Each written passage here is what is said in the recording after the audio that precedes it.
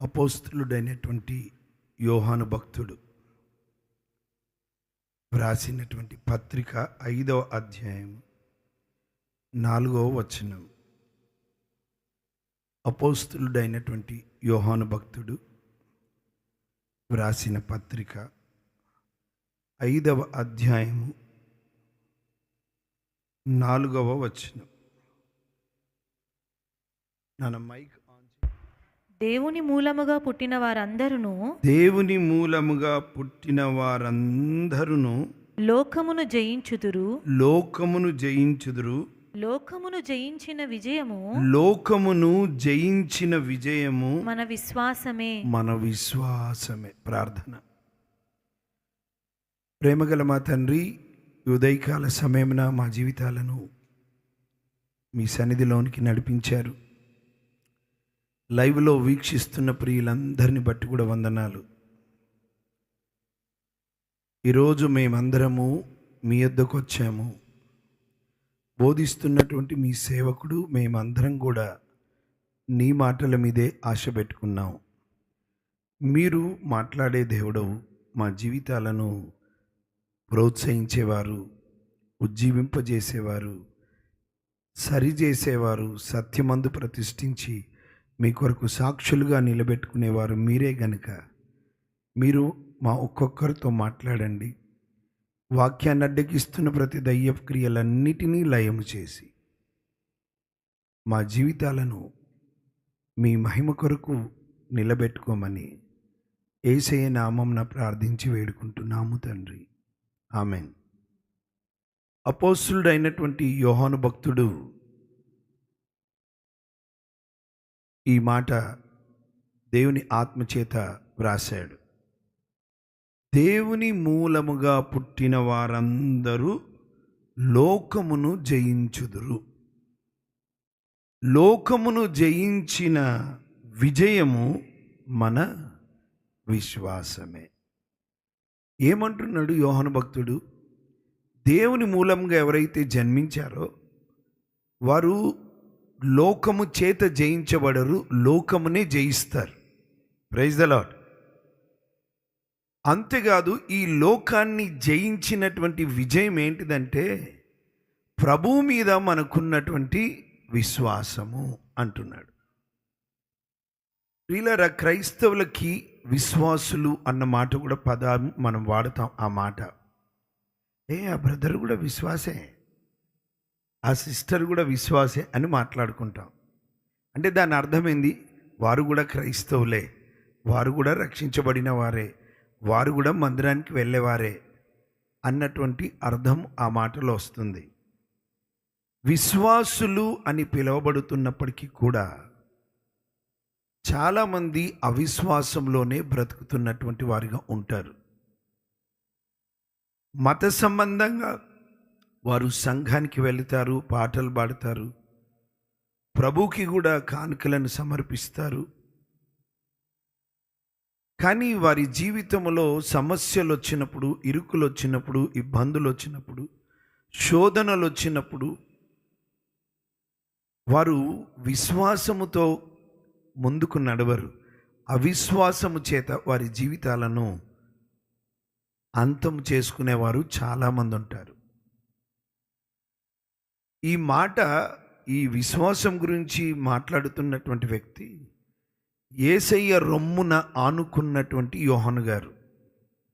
అంటే యేసయ్యకు అతి సమీపంగా ఆయన రొమ్మున, ఆయన గుండె శబ్దము వినినటువంటి భక్తుడు ఈ మాట రాస్తూ, దేవుని మూలముగా పుట్టిన వారందరూ కూడా, కొందరు కాదు అందరూ, లోకాన్ని జయిస్తారు. లోకమును జయించిన విజయము మన విశ్వాసం. ఈ లోకము మనల్ని శోధిస్తుంది, లోకము అవమానపరుస్తుంది, లోకము అంటే ప్రజలు హింసిస్తారు. ఈరోజు మణిపూర్ లాంటి ప్రాంతంలో భయంకరమైన హింసకుండా వెళ్తూ ఉన్నారు, లోకస్తుల చేత శ్రమలు. అయితే వారు చనిపోయారు గనుక, దెబ్బలు తిన్నారు గనుక, ఇళ్ళ నుండి పారిపోయారు గనుక వాళ్ళు ఓడిపోయిన వారు కాదు. వారు వారి విశ్వాసంను విడిచిపెట్టకుండా వారి గృహాలను విడిచిపెట్టారు, కొంతమంది వారి ప్రాణాలను విడిచిపెట్టారు, కొంతమంది వారి ప్రాంతాలను విడిచిపెట్టారు, కానీ దేవుని యందలి విశ్వాసమును విడిచిపెట్టలేదు వారు. అందుకే అడవులలో, రోడ్డు మీద, వర్షములో కూడా దేవుణ్ణి ఆరాధిస్తున్నారు. ఇప్పుడున్న వర్షాకాలం, వారేమో వర్షములోనే దేవుణ్ణి ఆరాధిస్తున్నారు. మరి మన పట్టణం లాంటి పట్టణాల్లో వర్షం వస్తే సంఘానికి వెళ్ళారు అంటే, అయ్యగారు చాలా వర్షం కదండి అందుకే రాలేదు. వర్షం ఉంటే పెళ్ళికి పో, వర్షం ఉంటే ఉద్యోగానికి పో, వర్షం ఉంటే పరీక్షకు పోవు, వర్షం ఉంటే వేరే వాటి విషయాల్లో ముందుకు వెళ్ళవా? ఇప్పుడు విశ్వాసులము అని చెప్పుకునేవారే అవిశ్వాసంలో బ్రతుకుతారు. మరి మణిపూర్ లాంటి ప్రాంతంలో ఆ వీడియోలు చూసినప్పుడు, వస్తున్నటువంటి వీడియోలు, వారు వర్షంలో కూడా మోకాళ్ళ మీద ఉండి ప్రభుని ఆరాధిస్తున్నారు. అక్కడ వెళ్ళినటువంటి వారికి వాళ్ళు చెప్పినటువంటి మాట ఏంటో తెలుసా?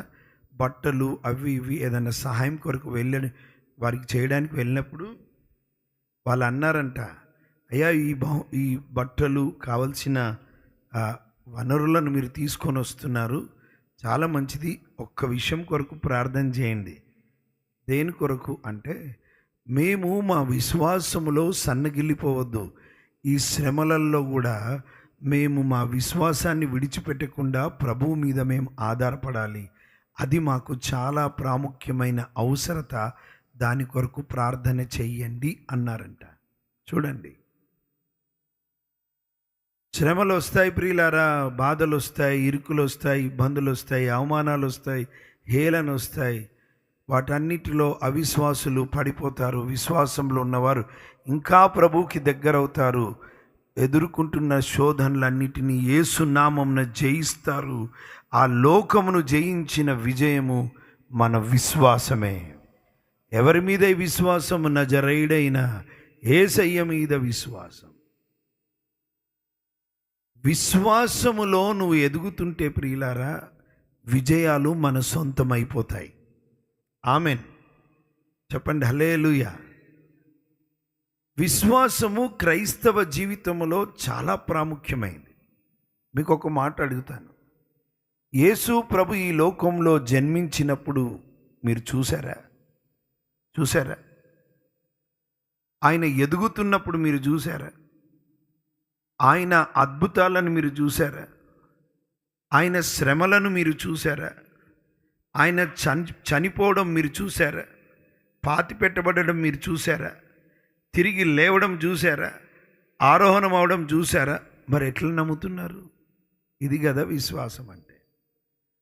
విశ్వాసం అనున్నది నిరీక్షింపబడి వాటి యొక్క నిజ స్వరూపము అదృశ్యమైనవి ఉన్నవి అనుటకు రుజువై ఉంది.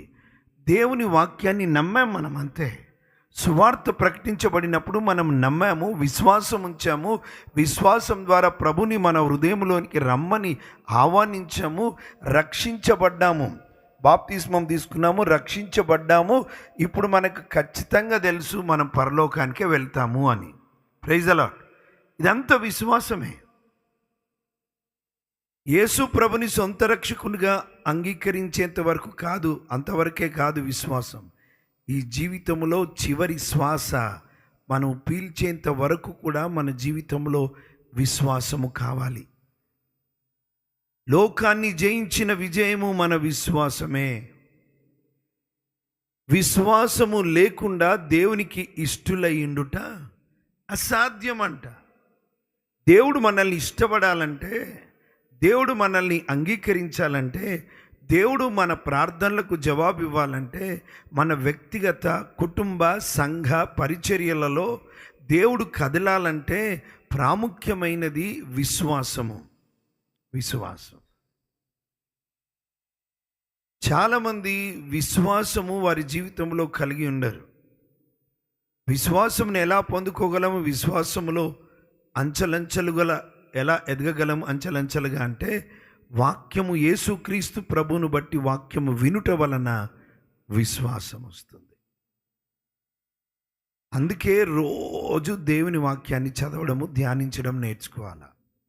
If you want to grow in faith step by step in a higher level, you should read God's word, you should meditate God's word, you should memorise God's word and you should proclaim God's word.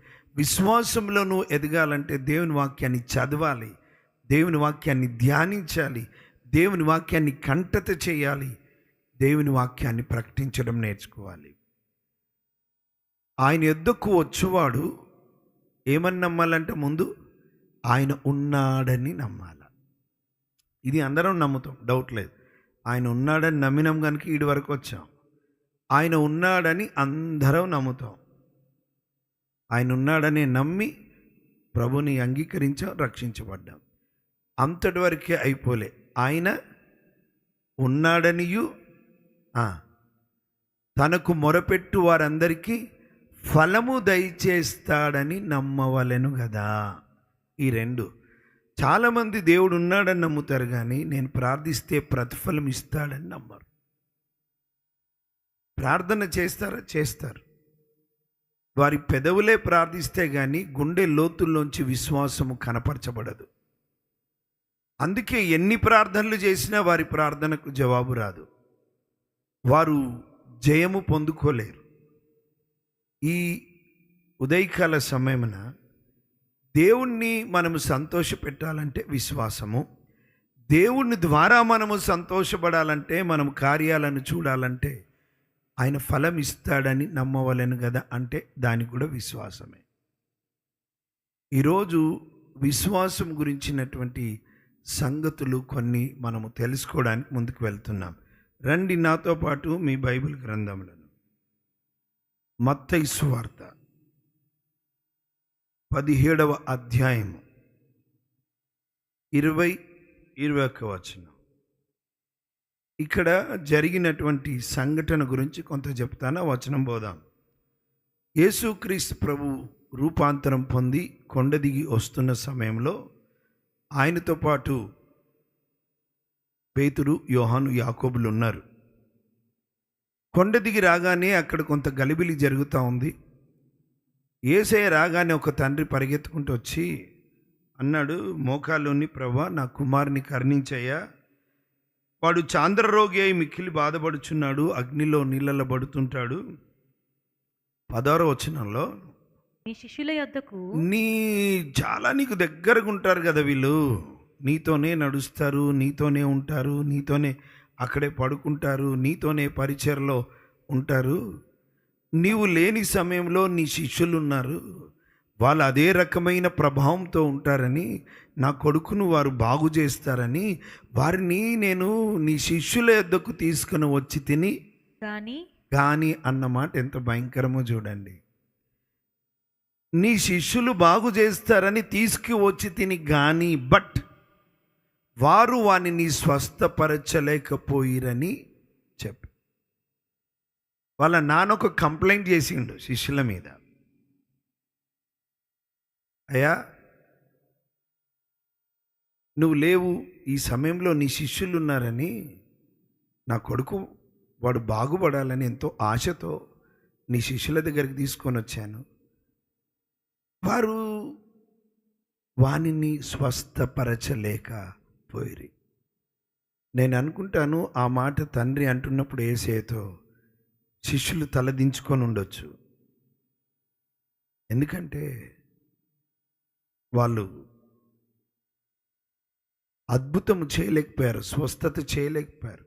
Direct గురువైన యేసయ్య దగ్గరికి వచ్చి complaint చేస్తున్నారు, మీ శిష్యులు ఏం చేయలేకపోయారయ్యా, అదురాత్మ నా దయ్యాన్ని వెలగొట్టలేకపోయారు, నా కొడుకుని బాగు చేయలేకపోయారు. నీతో ఉంటారు కనుక వీరు కూడా ఏదో శక్తివంతులు అనుకున్నాను నేను, కానీ వారు స్వస్థపరచలేకపోయిరి అన్నప్పుడు యేసుక్రీస్తు ప్రభువు ముందు దయ్యాన్ని వెలగొట్టలే, దయ్యాన్ని గద్దించలే. చదవండి. అందుకు యేసు, విశ్వాసము లేని మూర్ఖతరము వారలారా. ఇప్పుడు ఎవరిని ముందు ఆ దయ్యాన్ని గద్దించాడా, శిష్యులను గద్దించాడా? ఎవరినండి చెప్పండి. మీ గురించి కంప్లైంట్ వస్తే నాకు బాధ అనిపిస్తుందయ్యా. దురాత్మను గద్దించడానికి ముందు, దయ్యాన్ని గద్దించడానికి ముందు, రోగిని బాగు చేయడానికి ముందు ఫస్ట్ ఆయన గద్దిస్తుంది తన ప్రియులైన శిష్యులని. విశ్వాసము లేని మూర్ఖతరము వారలారా. ఎప్పటి వరకు ఉంటానయ్యా మీతో నేను? ఎంతకాలం ఉంటాను? ఎంతవరకు మిమ్మల్ని భరించాలయ్యా? వాణ్ణి నా ఇద్దరికి తీసుకురండి అన్నాడు. చూడండి, యేసయ్య ముందు శిష్యులను గద్దించాడు. ఆ మాట విశ్వాసము లేని అని అంతటితో విశ్వాసం లేని వారలారా అనలే. విశ్వాసం మూర్ఖులారా, విశ్వాసం లేదయ్యా నా మీద, విశ్వాసం లేని మూర్ఖ తరము వారలారా, నేను ఎప్పటి వరకు ఉంటాను మీతో? మీరు కదా ఈ పరిచర్యను ముందుకు తీసుకెళ్లాల్సింది. మీకు కదా నేను అధికారం ఇచ్చాను ప్రజల జీవితాలను బాగు చేయాల్సింది. మీకు నేను ప్రార్థించి అపోస్తులుగా ఎన్నుకొని నేను అభిషేకించి ఇద్దరిని పంపించానే. దయ్యాలు వెళ్ళిపోయాయని వచ్చారు. మరి ఏంది ఇది? విశ్వాసం లేని మూర్ఖత. ఎప్పటి వరకు ఉంటానయ్యా నేను మీతో? ఎంతవరకు సహించాలండి మీకు? తీసుకురండి నా దగ్గరికి అని చెప్పాడు. అంతటా యేసు ఆ దయ్యమును గద్దింపగా అది వానిని వదిలిపోయెను. ఆ గడియ నుండి ఆ చిన్నవాడు స్వస్థత నొందెను. ఆమేన్, హల్లెలూయా. నా యుద్ధకు తీసుకురండి అన్నాడు. యేసయ్య దగ్గరికి ఆ దయ్యమును గద్దింపగా అది వానిని వదిలిపోయెను. ఆ సమయం నుండే ఆ చిన్నవాడు స్వస్థత నొందాడు. రైట్. ఇప్పుడు ఈ శిష్యులకు అవమానమైంది. అందరి ప్రజల మధ్యలో అవమానం పడ్డారు. యేసయ్య ప్రార్థన చేయగానే వెళ్ళిపోయింది. యేసు ప్రభుతో పాటు ముగ్గురేమో రూపాంతరం కొండ మీద ఉన్నారు. అక్కడ కొండ మీద కింద ఎంతమంది ఉన్నారు? పైన ముగ్గురుంటే కింద 9 8 9 మంది ఉన్నారు. ఈ 9 మందికి ఎక్కడో ఓడిపోయినాం మా జీవితంలో. యేసయ్య దయ్యాన్ని గద్దించి మనల్ని సరిచేశాడు. ముందు ఓడిపోయాం. ఆయన వచ్చి మన మీద కంప్లైంట్ చేశారు. ఇది ఎంత అవమానం. అయినా ఆయన కంప్లైంట్ చేయడం కూడా కరెక్టేలే. పోలేదు కదా, ఆశ పెట్టుకొని వచ్చిండు, మరి ఆ దయ్యాన్ని వెళ్ళగొట్టలేకపోయాం అని లోపల బాధపడుతూ ఏం చేశారో చూడండి. 19వ వచనం. తరువాత శిష్యులు ఏకాంతముగా యేసునొద్దకు వచ్చి, యేసయ్య ఒంటరిగా ఉన్నాడు అక్కడ. అందరూ వచ్చారు, ఏకాంతంగా వచ్చి, మేము ఎందుచేత దానిని వెళ్ళగొట్టలేకపోతేమని ఆ అడిగారు. అవమానము, ఆ బాధ, ఆ ఓటమి అన్ని మనసులో పెట్టుకొని కుమిలిపోతూ యేసుప్రభు ఒంటరిగా ఉన్నప్పుడు ఏకాంతంగా వచ్చి అడిగారు, అయ్యా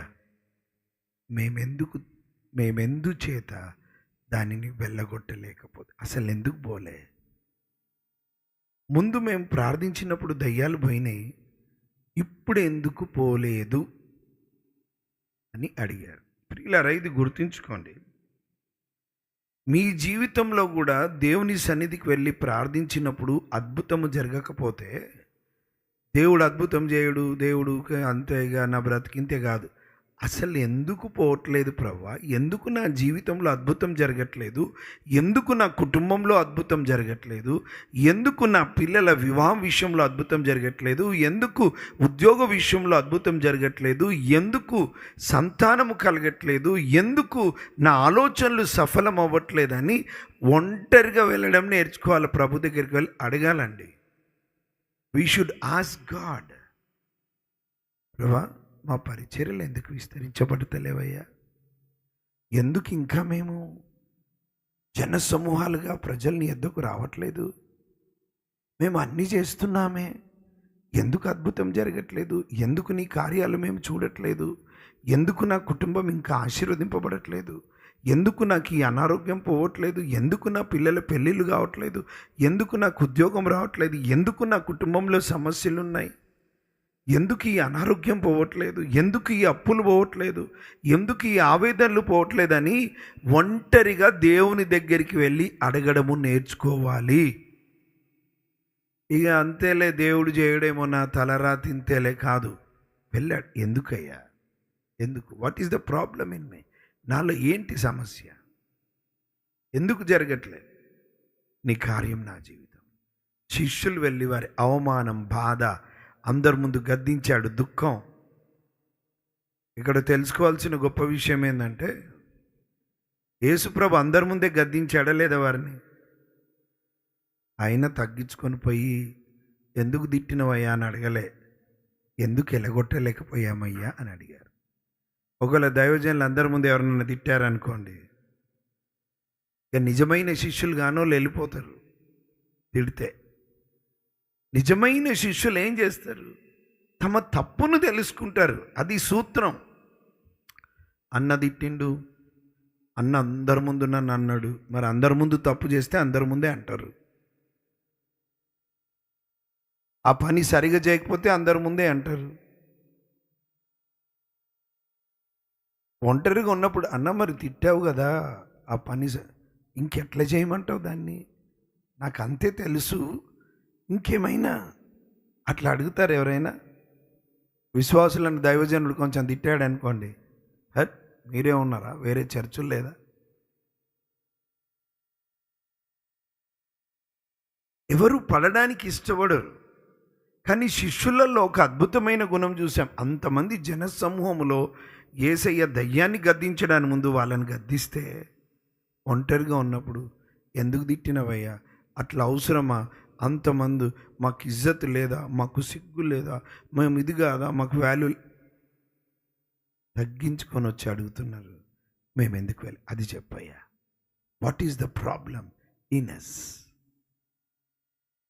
మాలో ఏ సమస్య ఉంది? ఎందుకు దానిని మేము ఎందుచేత వెళ్ళగొట్టలేకపోతుంది?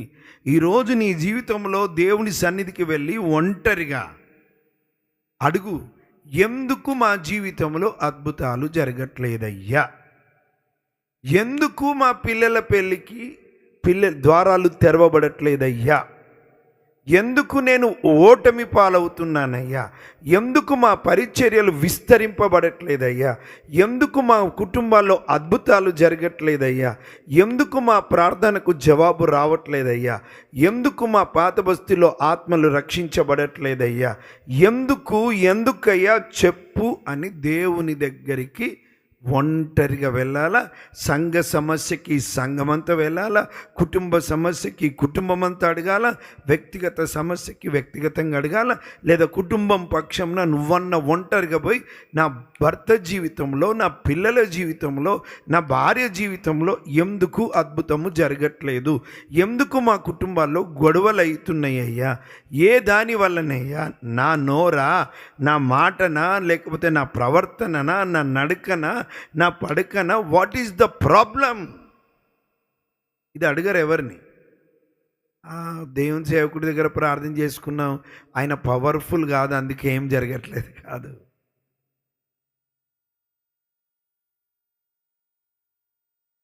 అది కొత్తగా వస్తుంటారు చూడండి విశ్వాసులు, వారికి దేవుడు కరుణించి చేసేస్తాడు. ఎందుకంటే ప్రభు యొక్క శక్తి అర్థమై వారు సంఘానికి ఆకర్షింపబడి అద్భుతమైన రక్షణ కార్యంలోనికి వాళ్ళు వెళ్ళాలి కనుక ఆరంభంలో దేవుడు వారికి కరుణ చేత చేస్తాడు. కానీ విశ్వాసంలో ఎదిగినటువంటి మనము ఇలా అడగడం నేర్చుకోవాలి. ఎందుచేత ద్వారాలు మూయబడ్డాయ్యా? ఎందుచేత ద్వారాలు తెరవబడట్లేదు? ఎందుచేత అప్పులు మాకు పోవట్లేదు? ఎంత కష్టపడినా డబ్బులు కూడబెడితే కింద రంధ్రం ఉన్నట్టే ఉంది సంచికి. అదే మాట్లాడతాడు కదా మలాకీలో, హగ్గైలో అదే మాట్లాడతాడు. మీరు ఆలోచింపరా అంటాడు. ఆలోచించండి. ఎందుకు? మీరు దుప్పట్లు కప్పుకుంటున్నా చలి ఆగట్లేదు, ఎందుకో ఆలోచించండి. మీరు సంపాదించి సంచులో వేస్తున్నారు కానీ అది నిలవట్లేదు, కింద రంధ్రం ఉంది, మీరు అది ఆలోచించరా? ఎంతో పంట విత్తుతున్నారు, అయినా తృప్తి లేని ఆకలితోనే బ్రతుకుతున్నారు, ఎందుకు అని ఆలోచించరా? కొన్నిసార్లు పాస్ అయిపోయి అడగాల, ఆగి అడగాల, ఎందుకు ప్రభువా, ఎందుకు అడగాలండి. ఈరోజు మీరు అడగడం నేర్చుకోండి. దేని నిమిత్తం మీరు ప్రార్థిస్తున్నారో సంవత్సరాల తరబడి కావచ్చు, నెలల తరబడి కావచ్చు. ఒకవేళ దేవుడు ఇంకా నీ జీవితంలో ఆ అద్భుతం జరగకపోతే ఎందుకు ప్రభువా జరగట్లేదు అని అడగాల. Praise the lord.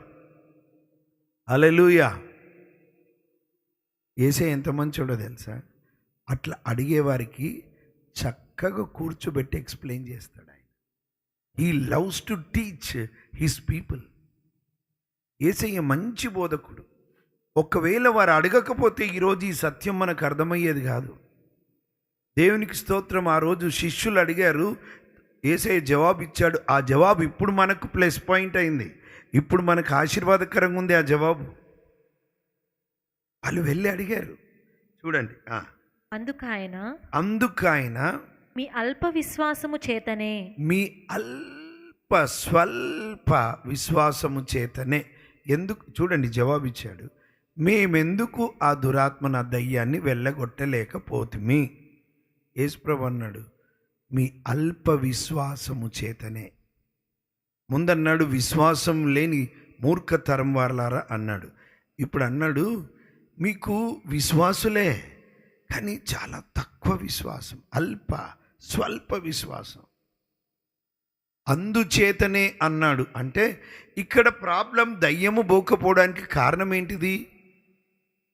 అల్ప విశ్వాసం, అవిశ్వాసం.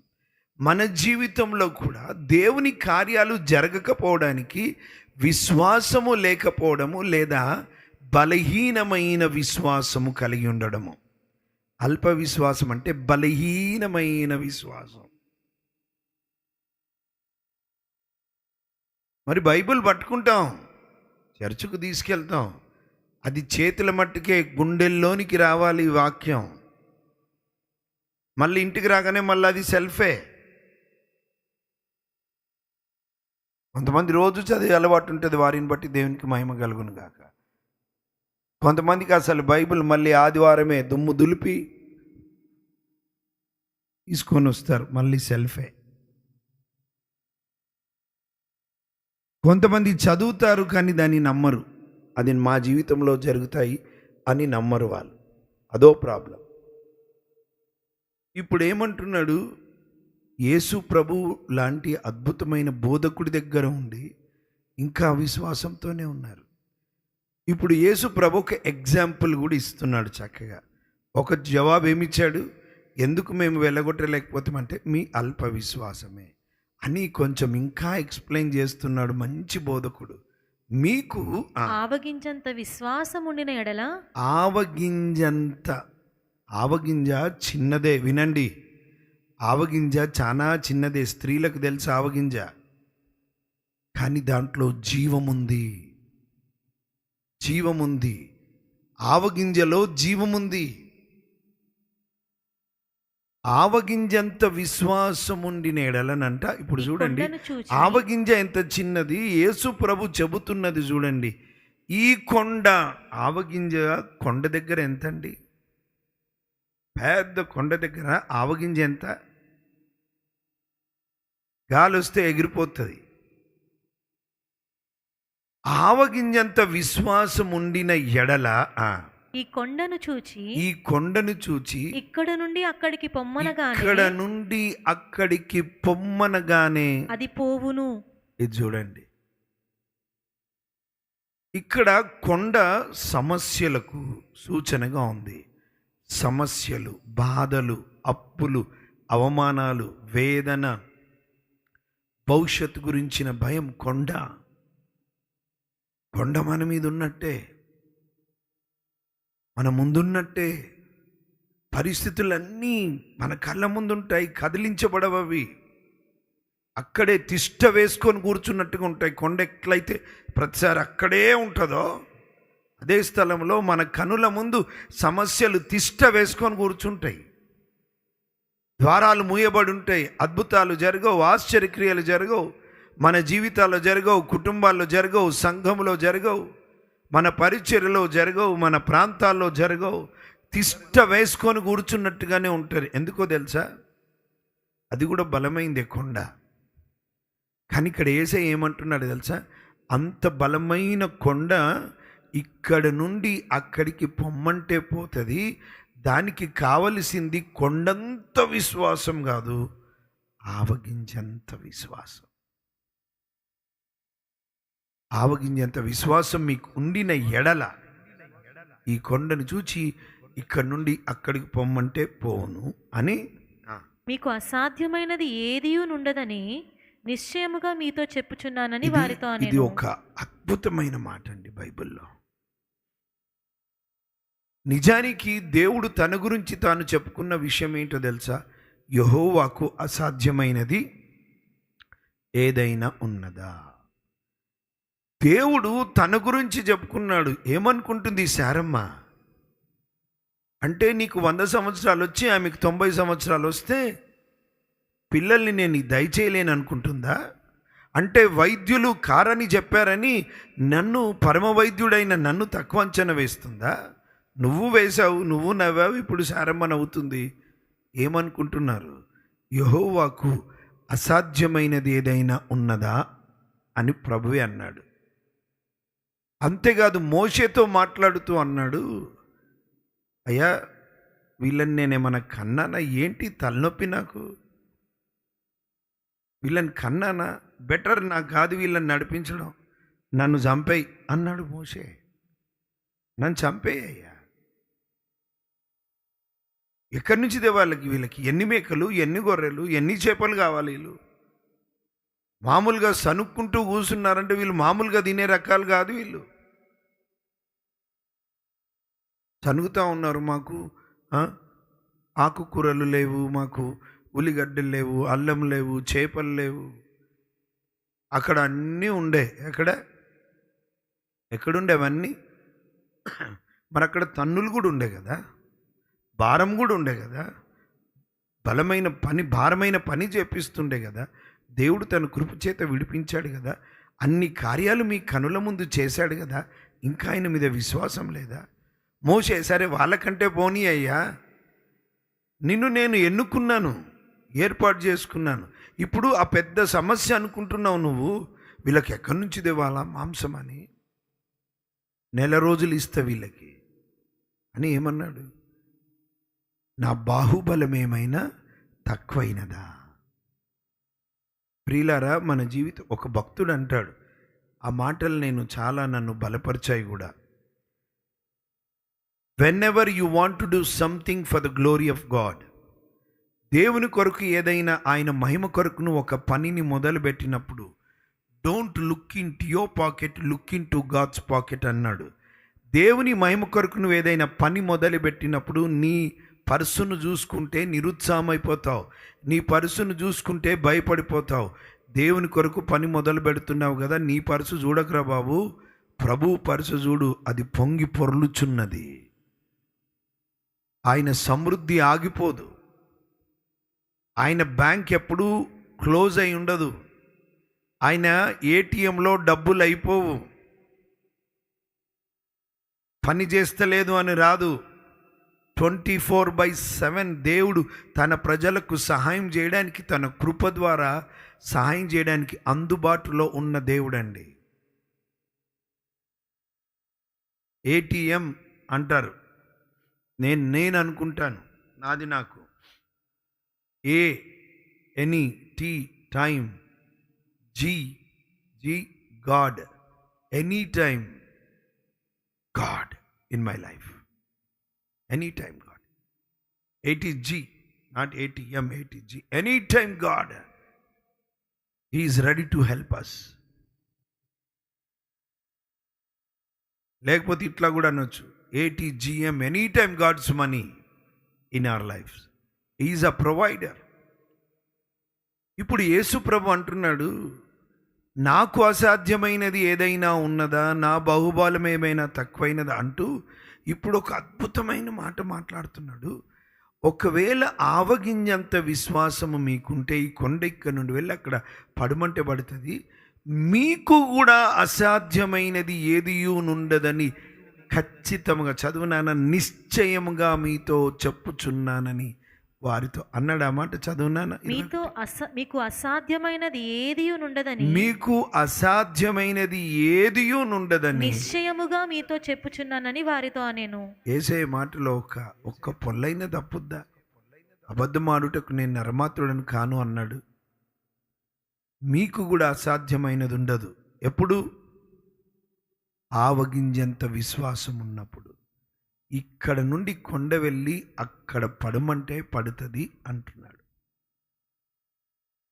ఈరోజు ఆవగింజంత విశ్వాసం ఉంటే నీ ముందు నిలబడిన కొండలు ఏవేవైతున్నాయో, సమస్యలు, పెళ్ళి కాకపోవడం, సంతానం కాకపోవడం, అప్పులు పోకపోవడం, అనారోగ్యాలు పోకపోవడం, ఏవేవి నీ ముందున్నాయో, ఆవగింజంత విశ్వాసం ఉంటే నా యొద్ద నుండి యేసు నామమునది వెళ్ళిపోవునుగాక అని ఆవగింజంత విశ్వాసం నీ హృదయములో ఉంటే అవి తొలగిపోతాయి. తొలగిపోయేలా చేస్తాడు దేవుడు.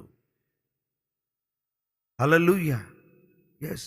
ఏమన్నాడు? మీకు అనుందనాన, మీకు అసాధ్యమైనది.